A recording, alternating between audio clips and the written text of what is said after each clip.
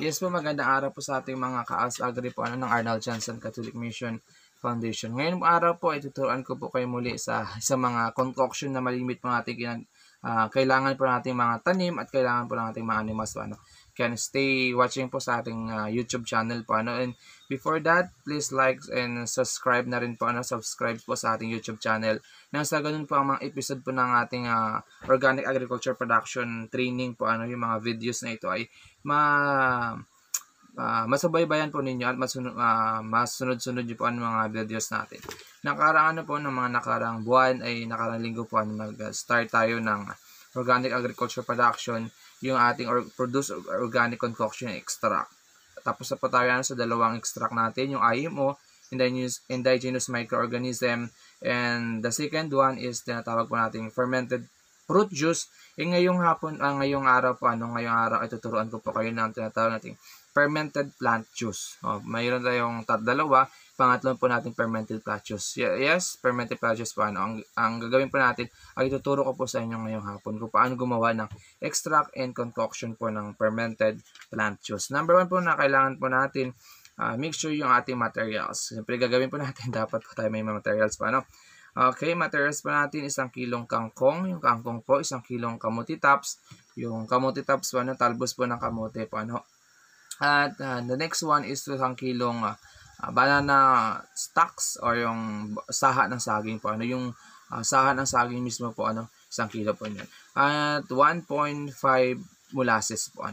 Yan yung ating materials po. Yung ating materials, ulitin po natin, 3 plants and 1.5 na molasses. Pag walang po molasses, pwede pong brown sugar. Bakit may molasses at bakit po may molasses at brown sugar? Molasses po ay pagkain ng pinaparami po natin bacteria po. Yan. Tulad po ng mga nakarang past concoction and extract natin, hindi po mawala ang molasses dahil ito ang pagkain ng ating pinaparaming mga bacteria. Okay, ang ratio po natin 2:1. Yan. Para mas madaling po maintindihan, meron po tayong 3 kilo po. Tag 1 kilo po yon. Ang 2:1 po natin, ang 3 kilo po ang kalahati niya po na 1.5. Yun pa magiging molasses po natin 1.5. 3 kilos plants and 1.5 molasses po. Okay, ang total po natin ang total po natin ay may 3 kilong mga plants and molasses 1.5 po. Okay po, ang procedure po natin katulad po ng katulad po ng ginawa po natin sa fermented fruit juice. Mabilis lang po, ganun din po yung ating mga procedure po. Number 1, linisan, hugasan at linisan po ang ating mga materials. Pangalawa po ay i-drain po siya ng 5 minutes, pangatlo slice in inch po. Pagkatapos slice, mix na po natin yun. I-mix na po natin sa ating pinaglagyan. Yung make sure na meron po tayong container po, yung paglagyan o kaya balde po yun. Pag na-mix na po, lagyan po natin ng nylon screen, parang sinker po, yun yung pampabigat po para maka-extract po tayo ng maraming, maka-produce po tayo ng maraming extract sa ating ginawang fermented plant juice.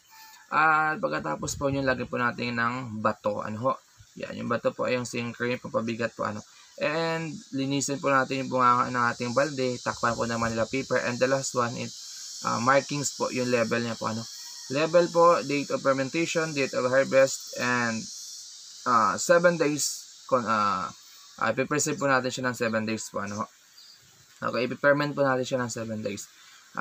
Hindi ko na po gano'n i-discuss po dahil yung ating same po siya ng procedure kung paano natin ginawa yung fermented fruit juice. Kung ano po natin ginawa ang fermented fruit juice, ganun din po ang procedure po ng paggawa po ng ating fermented plant juice. Ayan, okay po.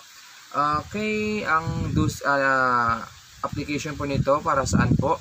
Okay po, pagdating po sa tanim, ito ay magsisilbing plant growth enhancer po natin. Pag sabing plant growth enhancer, bakit po ang fermented plant juice ay growth enhancer po? Dahil ito po, ang ating mga materials po, kung matandaan yung mga talbos, may mga shoot po sila na, yung mga talbos po, andun po ang presence po ng growth hormones. Growth hormones po, andun po ang presence ng growth hormones na siyang tumutulong sa ating mga tanim upang mapabilis pa ang paglaki po.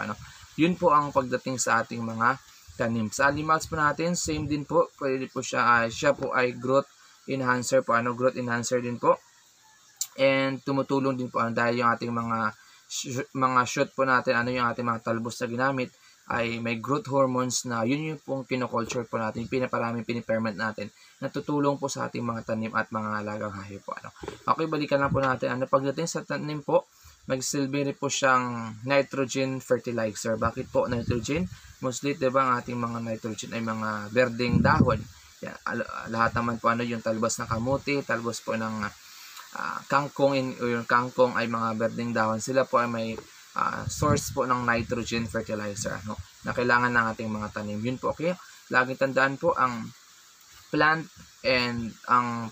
fermented plant juice po ay para sa tanim ay growth hormones, at the same time nitrogen fertilizer. And pagdating po sa ating mga alagang hayop, ito ay growth hormones din po, pampalaki po ng growth enhancer po pala. Growth enhancer, pampalaki po ng ating mga alagang hayop. Tumutulong upang mas mapabilis po ang paglaki ng ating mga hayop. At sa fermentation po natin, 7 days ang dosage na po.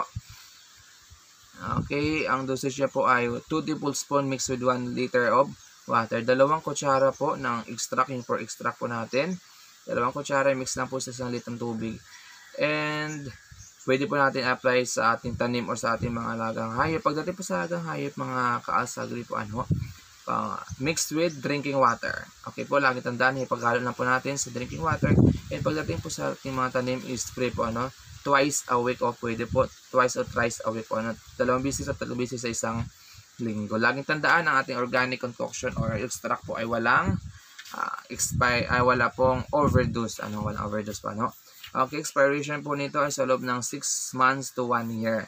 Diba, iba pong ibang practice po, pinapractice ko po sa akin ay kapag inaamoy po natin yung extract natin, mabango pa po siya, good pa po yun siya, yung naamoy pa po natin yung asukal po, pag naamoy po natin na medyo mabaho na, yun po ang tendency po, ayun po ang sign na yung ginawa po natin, yung naiproduce po natin ay expire na po, pero sa loob ng 6 months pwede pa po siyang gawin. Simula po nang kinuha po natin extract, and after 6 months po, pero mostly po na umabot po ng 1 year, yan po ang ating fermented plant juice, yung paggawa po ng concoction na FPG po, fermented plant juice. Yun po. Maraming salamat po sa lahat ng ating mga tagapakinig. Salamat po sa inyo dahil kayo po inanyayahan ko na lagi pong panoorin po ang ating mga trainings kung nais niyo pong mag organic agriculture production, dahil sa sobrang alam niyo naman po kung gusto health conscious, kailangan po natin ng mga kinakain po natin na ligtas po para sa ating katawan.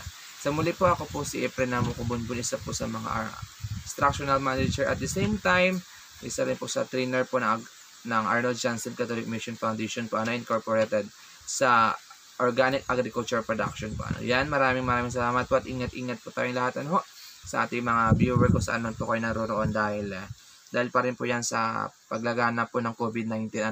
Kaya ingat po tayong lahat, mabuhay po tayo, God bless po sa inyong lahat.